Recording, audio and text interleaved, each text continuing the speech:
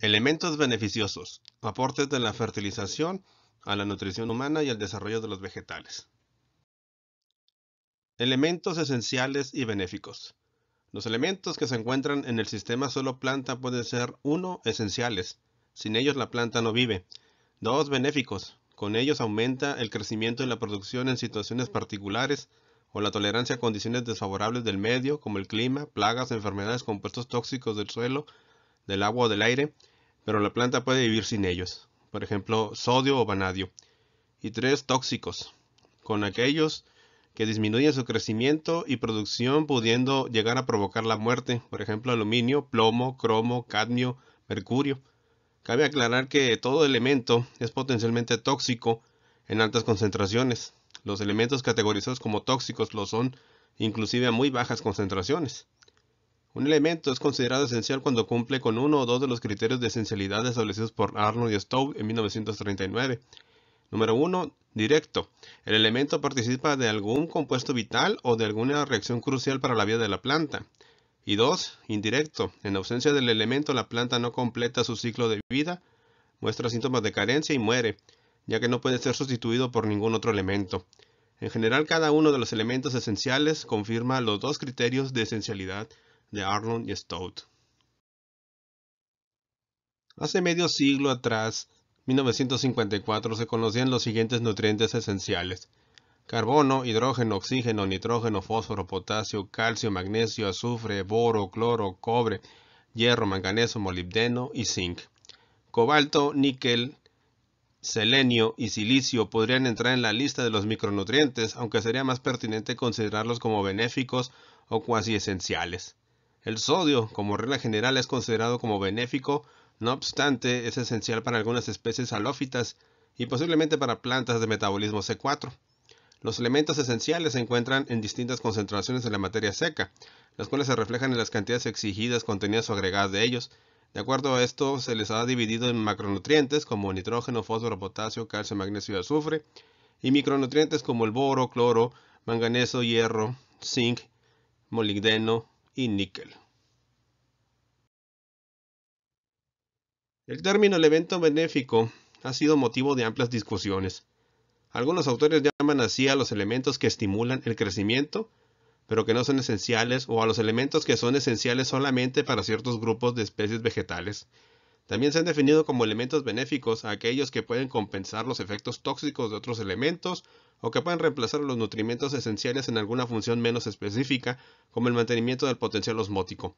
Considerando lo anterior, podemos agrupar dentro de esta categoría al sodio, silicio, cobalto, aluminio, titanio, cerio, lantano, selenio, níquel, yodo y vanadio. Sodio. El sodio es un elemento químico de símbolo Na con número atómico 11. Es un metal alcalino blando, untuoso, de color plateado, muy abundante en la naturaleza, encontrándose en la sal marina y el mineral halita. Es muy reactivo, arde con llama amarilla, se oxida en presencia de oxígeno y reacciona violentamente con el agua. El sodio está presente en grandes cantidades en el océano en forma iónica. También es un componente de muchos minerales y un elemento esencial para la vida. Al igual que otros metales alcalinos, el sodio es un metal blando, ligero y de color plateado que no se encuentra libre en la naturaleza. El sodio flota en el agua descomponiéndola, desprendiendo hidrógeno y formando un hidróxido. En las condiciones apropiadas reacciona espontáneamente en el agua. El sodio metálico se emplea en síntesis orgánica como agente reductor. Es además componente del cloruro de sodio necesario para la vida. Otros usos son en aleaciones antifricción con el oro, en la fabricación de desodorantes en combinación con ácidos grasos, en la purificación de metales fundidos, se emplea también en la fabricación de células fotoeléctricas, así como en la iluminación mediante lámparas de vapor de sodio, que dan un color amarillo. El sodio es un elemento benéfico para las plantas superiores porque puede sustituir parcialmente al potasio en funciones no específicas, contribuyendo a la generación de potencial osmótico y turgencia celular cuando el suelo es pobre de este elemento.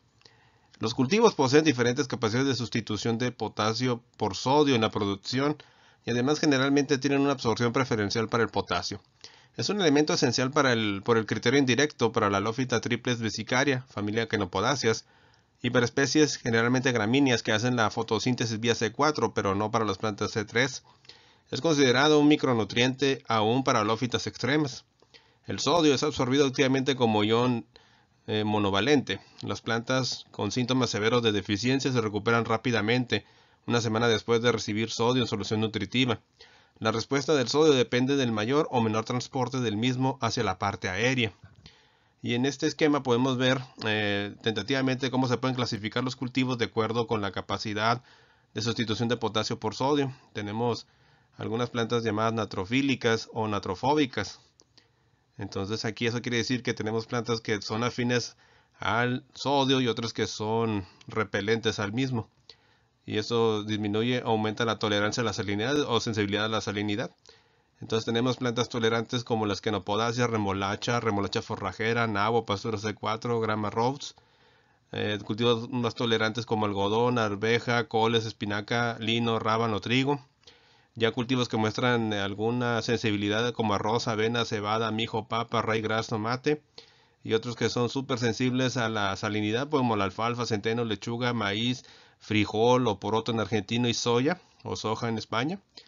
Y entonces esto también nos indica qué grado tienen para poder sustituir parcialmente una deficiencia de potasio cuando este está muy bajo en la concentración de la solución del suelo. Ya hemos mencionado lo que este nutriente, el sodio, es importante para plantas llamadas halófitas. Un ejemplo de estas plantas es la salicornia, que es un género de plantas suculentas halófitas, o sea, tolerantes a sales, que crecen en saladares, en playas, en manglares. Las especies de salicornia son nativas de Estados Unidos y de Europa.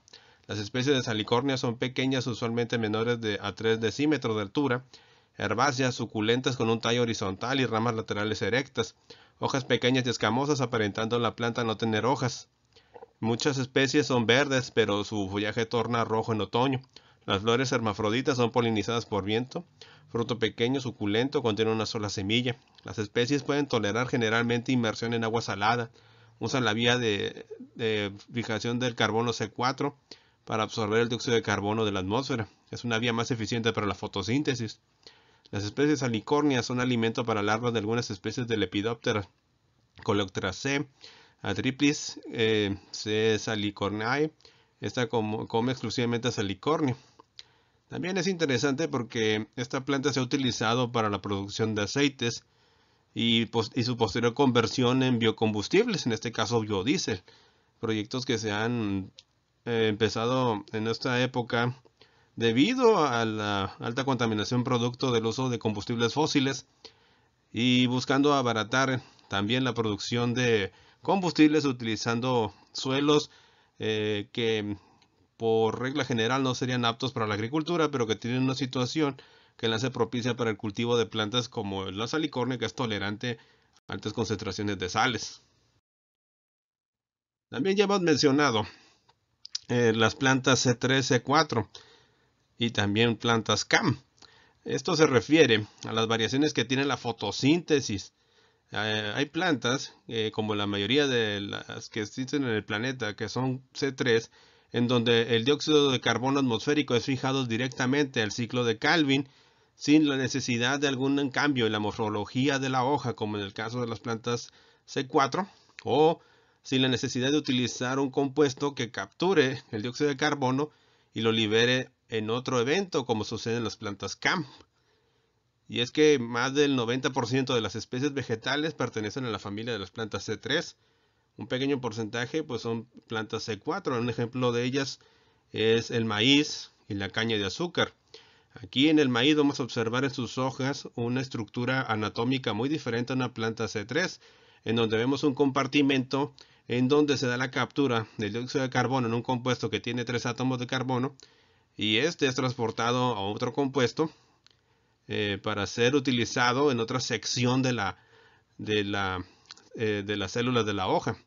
En este caso puede ser fosfoenol piruvato el producto que libera el dióxido de carbono y este se incorpora al ciclo de Calvin para ser fijado y utilizado como precursor para producir carbohidratos. Y en las plantas CAM la diferencia es que esta captura del dióxido de carbono se da en la noche, no en el día como sucede en las plantas C3 y C4. Y esto es porque muchas especies que realizan la fotosíntesis CAM viven en condiciones climáticas extremas. Es el ejemplo de las suculentas y las cactáceas. Aquí lo que sucede es que el dióxido de carbono es asimilado en un producto como el malato o el fosfonol piruvato y es almacenado en las vacuolas en la noche. En el día estas vacuolas liberan un producto con 4 átomos de carbono y este a su vez libera este dióxido de carbono para que sea fijado en el ciclo de Calvin y a su vez esto se va a reciclar para volver a comenzar el ciclo de captura del dióxido de carbono durante la noche. Esta es una adaptación, repito, que se da para plantas que viven en condiciones ambientales muy extremas de altas temperaturas, alta irradiación y muy baja precipitación, o sea, lluvias. El sodio es absorbido activamente como ion monovalente. Las plantas con síntomas severos de deficiencia se recuperan rápidamente, una semana después de recibir sodio en solución nutritiva. La respuesta al sodio depende del mayor o menor transporte del mismo hacia las partes aéreas. Maíz y frijol, en los cuales el transporte es mínimo, no responden a la fertilización con sodio en la misma escala en que lo hacen las plantas como la remolacha, en las cuales el movimiento es sustancial. Las plantas que no recibieron salitre de chile, o sea, nitrato de sodio, como fuente de nitrógeno, muestran 0.6 gramos por kilogramo de sodio en las hojas. En cuanto a las fertilizadas, presentaron 0.9 gramos de sodio por kilogramo, un aumento de 50%, indicando transporte de sodio hacia la parte aérea.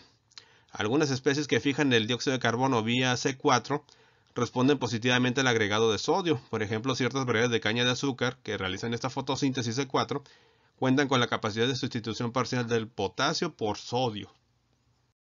Funciones. Aunque el sodio en bajas concentraciones no parece tener efectos algunos para muchas plantas e incluso puede resultar tóxico en concentraciones altas, hay algunas especies, principalmente halófitas, en las que parece jugar un papel esencial. En varias especies, incluyendo no halófitas, se han reportado efectos estimulantes en el crecimiento con adiciones moderadas de sodio, ya que este elemento en su forma iónica puede sustituir parcialmente, complementar o hacer más eficientes algunas funciones del potasio. Por ejemplo, dado que el sodio se acumula en las vacuolas, su efecto de osmorregulación puede ser superior al del potasio, contribuyendo a una mayor turgencia de elongación celular y en consecuencia a un mayor crecimiento. En varias especies, entre ellas el betabel y el tomate, la necesidad de potasio necesarias en el tejido para un crecimiento normal puede reducirse hasta en un 80% en presencia de sodio suficiente. Considerando las diferencias genotípicas de respuesta al sodio, se puede esperar que su aplicación como fertilizante tenga efectos benéficos en los siguientes casos. En inciso A, en especies natrofílicas como la remolacha. B, cuando los niveles de potasio asimilable o de sodio en el suelo sean bajos. C, en localidades con precipitación irregular y o con sequías intermitentes, osmorregulación del sodio. Silicio. El silicio es un elemento químico metaloide, número atómico 14 y situado en el grupo 14 de la tabla periódica de los elementos, de símbolo SI. Es el segundo elemento más abundante en la corteza terrestre, 27.7% en peso. Después del oxígeno, se presenta en forma amorfa y cristalizada. El primero es un polvo parduzco más activo que la variante cristalina que se presenta en octaedros de color azul grisáceo y brillo metálico. El silicio es uno de los componentes principales de los aerolitos, una clase de meteoroides. Medido en peso, el silicio representa más de la cuarta parte de la corteza terrestre y es el segundo elemento más abundante por detrás del oxígeno. El silicio no se encuentra en estado nativo.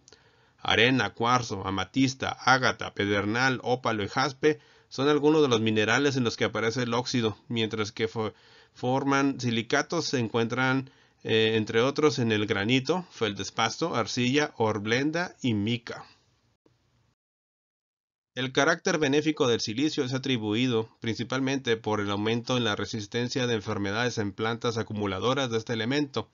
Se localiza en la pared celular o cerca de la misma, dificultando la penetración del agente patógeno, y por la disminución del efecto tóxico del exceso de manganeso, hierro y aluminio en suelos ácidos. La esencialidad del silicio fue demostrada para algunos cultivos por el criterio indirecto. En su falta, diversas especies, como tomate y pepino, no completan su ciclo y antes de morir muestran síntomas de deficiencia. En general parece más adecuado considerarlo benéfico o cuasi esencial. Es absorbido como ácido monosilícico, no disociado en un proceso activo. Parecería que es sensible a la temperatura y a los inhibidores metabólicos. La savia bruta del arroz tiene una concentración 100 veces mayor que la solución radical en forma de ácido monosilícico. La mayor proporción de silicio en la planta se encuentra como sílice amorfa hidratada. En ciertas especies, particularmente de gramíneas, es común la presencia de cuerpos silicosos insolubles. Después de solidificado, se vuelve inmóvil en la planta. En las células epidérmicas del arroz, debajo de la cutícula aparece una capa de sílica que ayudaría a limitar la pérdida de agua por transpiración y dificultar la penetración de hifas de los hongos. En las dicotiledóneas esa capa no aparece. Las plantas cultivadas difieren mucho en la capacidad de absorber el silicio. Machner las divide en 3 grupos según su contenido de silicio en orden decreciente. 1. Gramíneas de tierras inundadas como el arroz. 2. Gramíneas de tierra seca como caña de azúcar y la mayoría de los cereales. Y 3. La mayoría de las dicotiledóneas, especialmente las leguminosas. Los efectos reconocidos de silicio incluyen resistencia a las enfermedades y plagas en hojas y raíces. La resistencia del arroz a los hongos, el Mystosporium oryzae y Pidicularia oryzae, se aumenta con una elevación del contenido de silicio en la planta hasta un cierto punto.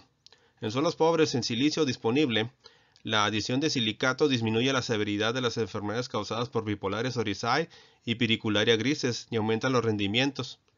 La adición de silicato de potasio a la solución nutritiva aumentó la actividad de la quitinasa del pepino y aún más la de las peroxidasas y polifenoloxidasas, aumentando la resistencia a Pythium. Algunos fenoles extraídos de plantas tratadas con silicio mostraron acción fungistática contra Pythium y Cladosporium cucumerinum.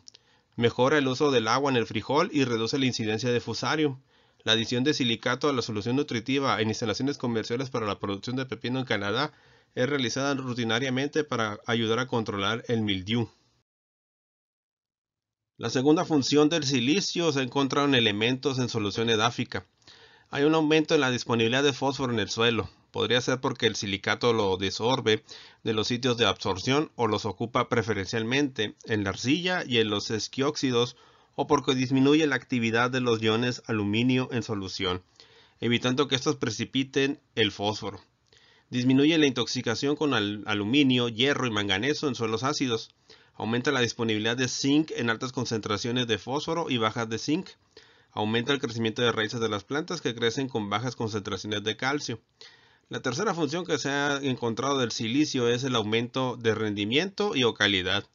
El arroz, con la aplicación de silicio en suelos orgánicos, manifiesta un aumento en la eficiencia del uso del agua y en la producción de granos, en la concentración de este elemento en hojas y en la resistencia a las enfermedades y al vuelco, wakame. En caña de azúcar, la aplicación de silicato en suelos pobres en silicio disponible aumentó el rendimiento y la concentración de sacarosa, y en algunos casos los aumentos de producción de azúcar fueron muy elevados. En colza o canola, Brassica napus, fue observada una interacción positiva entre silicio y boro. La adición de silicio aumentó la materia seca de la raíz y de la parte aérea cuando era bajo el contenido de boro, pareciendo estimular la absorción y el transporte de boro en estas condiciones y aumentando también la fotosíntesis. En esta imagen vemos los posibles mecanismos que explican cómo el silicio altera el balance hídrico en la respuesta a la sequía, salinidad y deficiencia de potasio. 1. El silicio estimula la expresión de acuaporinas en la raíz y reduce la actividad de especies de oxígeno reactivo, ROS. Esto favorece la absorción de agua vía acuaporinas. 2. El silicio estimula la acumulación de osmolitos, azúcares solubles y aminoácidos, y el movimiento de potasio, el xilema. 3. El silicio estimula el crecimiento radical y la conductancia hidráulica. Esto favorece el transporte de agua, la transpiración, balanceado por la mayor absorción de agua y la fotosíntesis. Esto según Chen en 2018.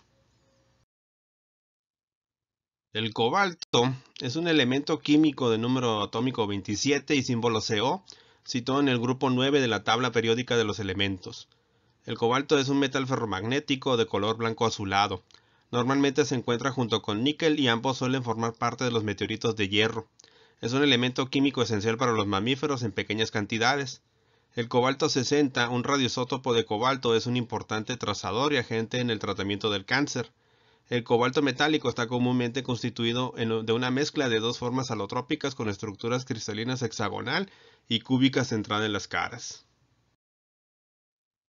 El cobalto era un elemento ampliamente reconocido como beneficioso y aplicado en la agricultura en diversos cultivos, junto con el molibdeno.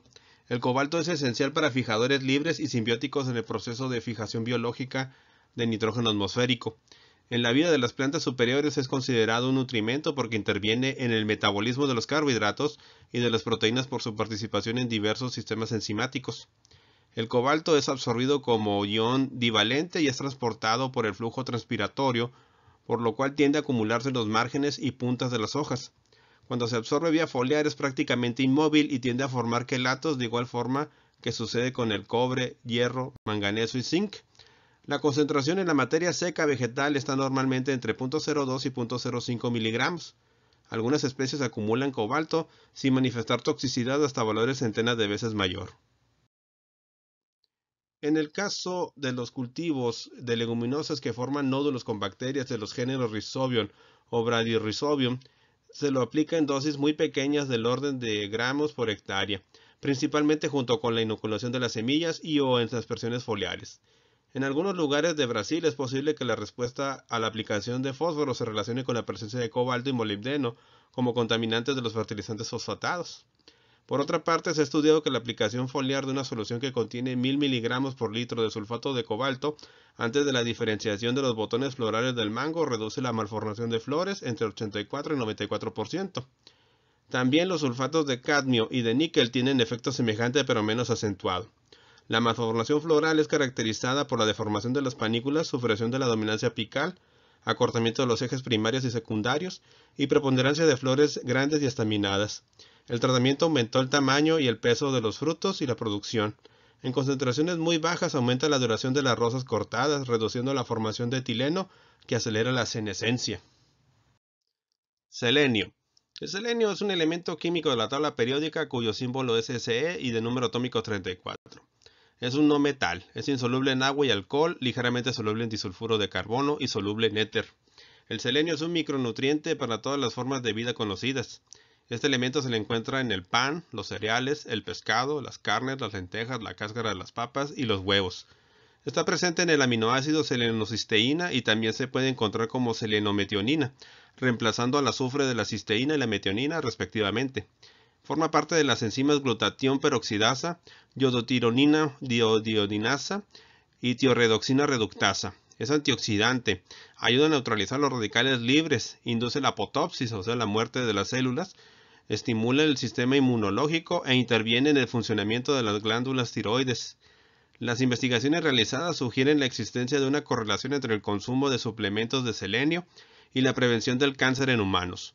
De manera similar, algunos estudios han comprobado que algunas concentraciones de selenio resultan quimioprotectoras frente a la apoptosis inducida por estrés oxidativo. Aún es tema de investigación, pero se sabe que la forma química en la que se encuentra el selenio, selenito, selenato o selenominoácidos, afecta a su absorción y a su posible toxicidad. Los datos actuales apuntan a que la forma orgánica, formando parte de las proteínas como selenominoácidos, es la más beneficiosa para los animales. La deficiencia de selenio es relativamente rara, pero puede darse en pacientes con disfunciones intestinales severas o con nutrición exclusivamente parenteral, así como en poblaciones que dependan de alimentos cultivados en suelos pobres en selenio. La ingesta diaria recomendada para adultos es de 55 a 70 microgramos. Más de 400 microgramos puede provocar efectos tóxicos, selenosis. El selenio posee un efecto estimulante en bajas concentraciones. Sustituye al azufre de la ferredoxina de algunas plantas y es necesario para la actividad de la nitratorreductasa de Escherichia coli. El selenio fue encontrado en el ARN mensajero de muchas especies vegetales, lo que indica su participación en la síntesis de proteínas y lo convierte en esencial para plantas superiores. A partir de este trabajo, Malavolta lo considera un nutrimento vegetal. El selenio ingresa al vegetal como seleniato o selenito. Las propiedades químicas del selenio son muy parecidas a las del azufre. El seleniato y el sulfato compiten por los mismos sitios de absorción en las raíces. Es incorporado en aminoácidos análogos a los que contienen azufre, selenocisteína, selenometionina. Es más común encontrar referencias de toxicidad de selenio que de deficiencia en vegetales. Hay mucha variación en la capacidad de las especies para absorber el elemento y se da en el siguiente orden creciente: crucíferas, forrajeras, gramíneas, leguminosas, cereales. Se distingue en dos categorías. Uno, plantas con tolerancia limitada en las cuales la concentración no pasa de 5 miligramos por kilogramo, gramíneas forrajeras, leguminosas. Y dos, plantas que acumulan hasta 10 veces más sin consecuencias negativas, cereales. Las seleníferas, Astragalus bisicaltus y A. pignatus, acumulan millares de miligramos sin mostrar efectos tóxicos. Yodo. El yodo es un elemento químico de número atómico 53, situado en el grupo de los halógenos, grupo 7 de la tabla periódica de los elementos. Su símbolo es la letra I, del griego iodes, violeta. Se puede escribir como yodo con I latina o yodo con Y. Este elemento puede encontrarse en forma molecular como yodo diatómico. Es un oligoelemento y se emplea principalmente en medicina, fotografía y como colorante.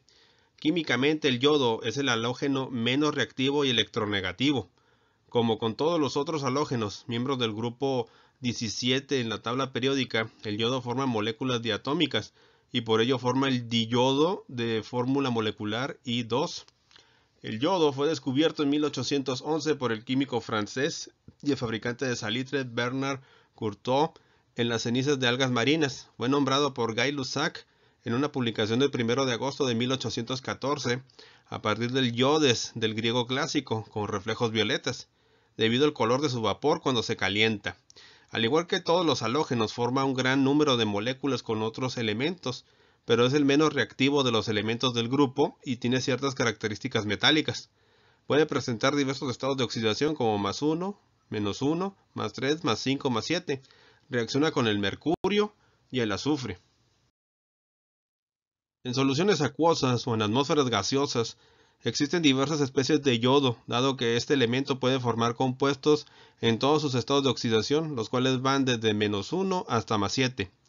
Aunque no existe evidencia directa de la esencialidad del yodo en el crecimiento de las plantas, bajas concentraciones de este elemento en el medio de cultivo son benéficas para algunas especies, mientras que altas concentraciones de yodo han mostrado en general ser perjudiciales para el desarrollo de las plantas. La absorción de yodo por las plantas es dependiente de la cantidad y forma de yodo presente en la superficie de la raíz. Ambas formas de yodo, yodato y yoduro, pueden coexistir en los suelos. De la misma manera, Whitehead encontró una correlación positiva entre la concentración de yodo en el vástago y la concentración de yodo en el suelo. Se ha concluido que el yodato es reducido electroquímicamente a yoduro antes de la absorción. Umali y Paul en 71 encontraron que cuando la valencia y peso molecular de las especies de yodo incrementan, la absorción de yodo disminuye. Xu y colaboradores reportan que la acumulación de yodo en el tejido foliar se da principalmente cuando éste es abastecido como yoduro. En lo que respecta a la movilidad del yodo en la planta, todos los trabajos coinciden en que es transportado vía floema, lo cual sugiere que no se acumularía en las semillas de las plantas. Sin embargo, se ha reportado asimilación del yodo en granos, aunque dicha acumulación es lenta y en una tasa reducida. ¿Y por qué esto es tan importante? Porque el yodo es una de las deficiencias más extendidas en el mundo en la nutrición humana. En este mapa observamos la deficiencia de yodo en niños escolares. Basándose en estudios de yodo en orina, en niños en edad escolar, se ha estimado que alrededor de un tercio de estos niños en el mundo tienen deficiencia de yodo. Y esto tiene efectos muy graves en la salud de los seres humanos. Dye y colaboradores en 2004 observaron que las especies de plantas responden de manera diferencial a concentraciones crecientes de yodo en el suelo. No observaron efecto benéfico de la aplicación de yodo en concentraciones mayores a 5 miligramos. Aunado a lo anterior, afirman que las funciones del yodo dentro de la planta son como un biofortificante, por lo cual debe evitar su aplicación excesiva. El yodo pudiera funcionar como un precursor hormonal debido principalmente a que es requerido en concentraciones muy bajas. En un reporte de Chilean Iodine Educational Bureau de 1990 se mencionan los primeros casos de respuesta hormonal cuando se hace uso del compuesto yoduro de etilo, caso donde se puede tener un efecto doble por la participación del yodo y el etileno, identificado como un regulador de crecimiento en plantas. Otro reporte indica que las concentraciones óptimas de yodo para las plantas oscilan entre 0.5 y 1 miligramo. Concentraciones mayores pueden resultar fitotóxicas, y como ejemplo de especies sensibles se señalan al maíz y la alubia. La fitotoxicidad por yodo dentro de la planta puede ser causada por la oxidación intracelular del yoduro a diyodo, resultando en la inhibición de los procesos fotosintéticos. Bajo condiciones de reducción tales como un suelo inundado, arrozal, el yodo existe principalmente como yoduro. Por lo tanto, su aplicación en estos suelos para incrementar su acumulación en el arroz debería ser considerada cuidadosamente para evitar reducciones en el rendimiento. En plántulas de tomate regadas con solución nutritiva conteniendo 6 miligramos por litro de yodo, se reportan reducciones en altura de planta, diámetro de tallo, área foliar y peso seco. Otra situación es que el yodo es muy bajo en los suelos y los cereales. Los granos de cereales normalmente contienen 10 microgramos de yodo por kilogramo, lo cual está muy por debajo de los requerimientos diarios de la población, especialmente en países en desarrollo donde los cereales son la base de la dieta. La ingesta diaria es de 150 miligramos. Es por eso que este nutriente debe ser visto más como un biofortificante, más que como un elemento benéfico para las plantas. Se ha observado efecto positivo del yoduro de potasio sobre las concentraciones de carbohidratos en col, rábano, remolacha y caña de azúcar. Otro de los efectos positivos del yodo, tanto como yoduro de potasio como yodato de potasio, ha sido el incremento del vigor en plántulas de remolacha y betabel, mientras que el yoduro de potasio incrementó el crecimiento y vigor en trigo. Rodríguez en 2003 reportó que el yodo participa principalmente en las partes de la planta que contienen clorofila, participando como promotor de la síntesis de esta y distingue la capacidad de receptores de tirosina, por ejemplo frijol. Adicionalmente se atribuye al yodo la capacidad de adelantar épocas de floración en frutales, gracias a que por la alta actividad fotosintética se da una mayor acumulación de azúcares, energía química.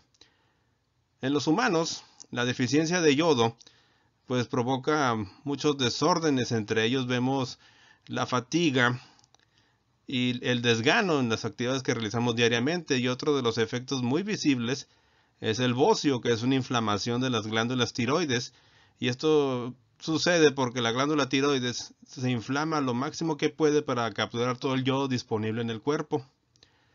Esto puede causar también pues serios problemas en la actividad intelectual y mental, retraso en el crecimiento e incluso incremento en la mortalidad infantil. Y estos problemas se han detectado en países pobres donde tenemos una baja disponibilidad del nutriente de los alimentos, pero también en países llamados desarrollados donde las dietas contienen bajas concentraciones de este nutriente, por lo cual pues vemos un gran incremento de los problemas de la tiroides en esas poblaciones. Vanadio. El vanadio es un elemento químico de número atómico 23, situado en el grupo 5 de la tabla periódica de los elementos. Su símbolo es V. Es un metal dúctil, blando y poco abundante. Se encuentra en distintos minerales y se emplea principalmente en algunas aleaciones. El nombre procede de la diosa de la belleza Vanadis en la mitología escandinava. Es un metal suave, de color blanco, agrisado, maleable y de transición dúctil. La formación de una capa de óxido del metal estabiliza el elemento contra la oxidación. El elemento se encuentra naturalmente en minerales. Hay cerca de 65 diferentes tipos y en los depósitos de combustibles fósiles. El vanadio es un metal de transición que a pH neutro puede existir en dos estados de oxidación. Vanadio, vanadio 4, ion vanadil, especie catiónica BO2, y vanadio, ion vanadate, especie amónica, H2BO4. Como resultado, el vanadio puede afectar diversos procesos biológicos. El vanadate es parecido al ion fosfato, y en consecuencia pueden tomar el lugar de este en las enzimas que metabolizan el mismo grupo funcional. Otra importante función característica de los iones vanadate y vanadil es que pueden formar complejos con grupos carboxilato, catecolato e hidroxamato, presentes en diferentes sideróforos, compuestos quelantes en este caso. Además, el vanadil puede ser fácilmente oxidado a un pH neutro, lo que genera aniones superóxido tóxicos. También se ha demostrado que la complejación del vanadio por el sideróforo desferrocioamina incrementa su capacidad redox in vitro. El vanadio se encuentra en bajas concentraciones en todas las plantas y su absorción parece ser pasiva. Dentro de una misma especie, la variación de la concentración de vanadio es afectada por los niveles de este elemento en el suelo, la acidez del suelo y las condiciones de crecimiento de la especie, pero el intervalo de variación no es muy grande. Los niveles de vanadio son menores en las partes aéreas, en la mayoría de las plantas, que en las raíces y no están relacionados con el nivel de este elemento en el suelo. En un estudio de 62 especies, Bertrand en 1950 encontró vanadio en todas ellas. La concentración media en plantas fue de 0.12 miligramos de peso seco, 1 miligramo de peso seco y 7 miligramos de cenizas. Hahn y Grant en 62 reportaron una media de 1.2 miligramos peso seco en hojas de plantas leñosas. El musgo Amanita muscaria puede acumular hasta 100 veces más vanadio que otras especies de musgos, mientras que la especie de Pontedarius cordata, una posible planta acumuladora, logra contener hasta 80 miligramos en peso seco. La especie Ipum cupriciforme también acumula altos niveles de vanadio, siendo cercanos a los 10 miligramos en peso seco, en especies que se desarrollan en el campo, y de 50 y hasta 250 miligramos en especies que se desarrollan en zonas urbanas. Pequeñas cantidades de vanadio de 1 a 10 miligramos de solución nutritiva estimulan el crecimiento de algunas algas, incluyendo los géneros Cnidesmus y Chlorella. Mesh y Bielich en 75 demostraron que el crecimiento de algas como Cnidemus obliquus y Chlorella pyrenaidosa también se observó un efecto positivo del vanadio pentavalente en la biosíntesis de clorofila. El vanadio puede actuar como un catalizador redox en el transporte de electrones en los fotosistemas 1 y 2. En Chlorella fusca, concentraciones moderadamente altas, al menos 0.1 milimolar de vanadato y citrato de vanadil, incrementan la producción fotosintética de oxígeno. A una concentración de 20 milimolar de vanadio, la reacción del fotosistema 1 es máxima. A menores concentraciones, 0.2 milimolar de vanadio, solo el vanadato estimula la fotosíntesis. El incremento en la producción de oxígeno depende de las condiciones del cultivo y de la intensidad luminosa.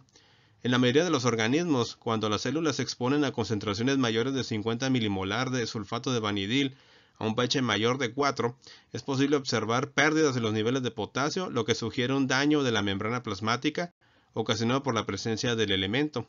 El vanadio puede alterar los flujos de calcio en la célula e inhibir el sistema de transporte de ATP-asas.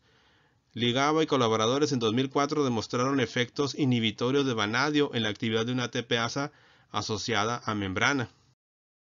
En condiciones de hidroponía, 6 miligramos de vanadio por litro en forma de sulfato de vanadilo en la solución nutritiva afectan drásticamente la nutrición mineral en soya y reducen significativamente la producción de biomasa.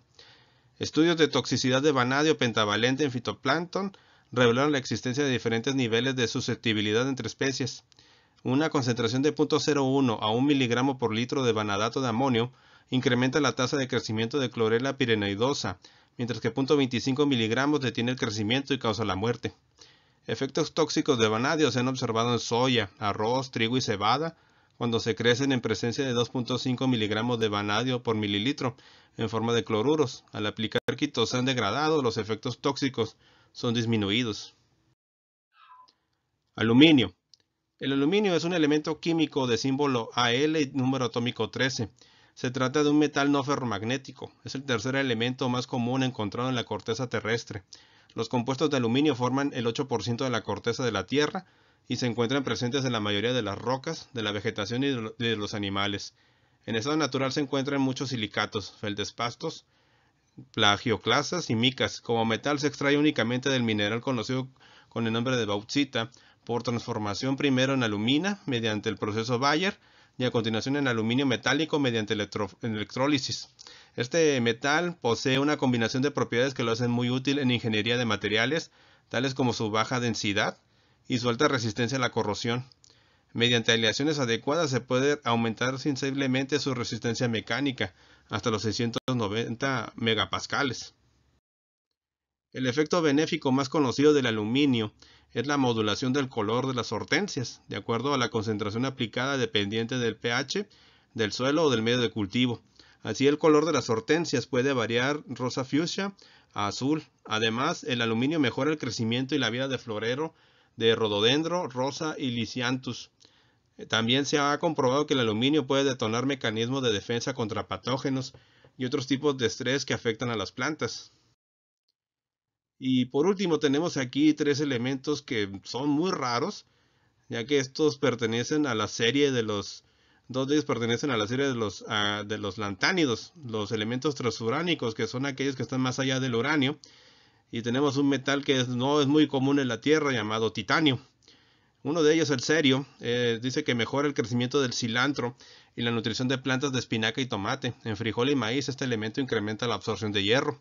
El lantano, otra de estas tierras raras, el lantano favorece la absorción de nutrimentos esenciales como potasio, calcio y magnesio. En arroz y algunas leguminosas, el lantano favorece el crecimiento de la planta. En tulipán este elemento mejora indicadores de calidad como diámetro y longitud de tallos florales, así como la vida de florero. Y el titanio en tomate aumenta los contenidos de nitrógeno, fósforo, calcio, potasio y magnesio. En trigo o sometido a estrés por sequía, el titanio incrementa el contenido de gluten y almidón. En avena este elemento incrementa el crecimiento, en tanto que en canola, geranio y nochebuena estimula mecanismos de defensa contra bacterias fitopatógenas del género Xanthomonas. Y algunas de las funciones y procesos en los cuales actúan los elementos cobalto, níquel, selenio, sodio y silicio y su participación en la producción de cultivos, pues destacan, como hemos visto, en el caso del cobalto, es forma fundamental de compuestos como la vitamina B12 y derivados importantes en la síntesis de la hemoglobina, una molécula que ayuda a controlar la cantidad de oxígeno en los bacteroides, las estructuras que se forman dentro de los nódulos de las plantas fijadoras de nitrógeno. Se ve que favorece la fijación biológica del mismo y una mayor formación de raíces. El níquel pues favorece el metabolismo del nitrógeno al participar en la ureasa y favorece el crecimiento. El selenio favorece el crecimiento y la fructificación. El silicio disminuye la toxicidad de elementos como el manganeso, hierro y aluminio, aumenta la resistencia a enfermedades y aumenta en el rendimiento y la calidad. Y el sodio sustituye en parte al potasio, tiene propiedades osmóticas, participa en la expansión celular, favorece la fotosíntesis y el balance de agua y el aumento del rendimiento y la calidad. Como conclusión, en definitiva, para conocer más sobre las funciones de estos elementos en la fisiología vegetal, será necesario profundizar en estudios moleculares sobre mecanismos de absorción y transporte, rutas de señalización que regulan la expresión genética dependientes de estos elementos, así como proteínas y metabolitos relacionados con tales rutas de señalización. La biología molecular representa una herramienta muy útil para este tipo de estudios, haciendo uso del genoma de diversas especies vegetales para realizar análisis de genómica funcional, transcriptómica, proteómica y metabolómica, con el apoyo de la bioinformática y de la nanobiotecnología. Todo esto para ayudarnos a comprender de una mejor manera la nutrición y fisiología de las plantas. Entonces, por eso es muy importante mantenernos al tanto y comprender y aprender a utilizar estas herramientas para el estudio de los nutrientes vegetales. Y con esto doy por terminada esta sesión. Espero haya sido de utilidad toda esta información y nos vemos en la próxima.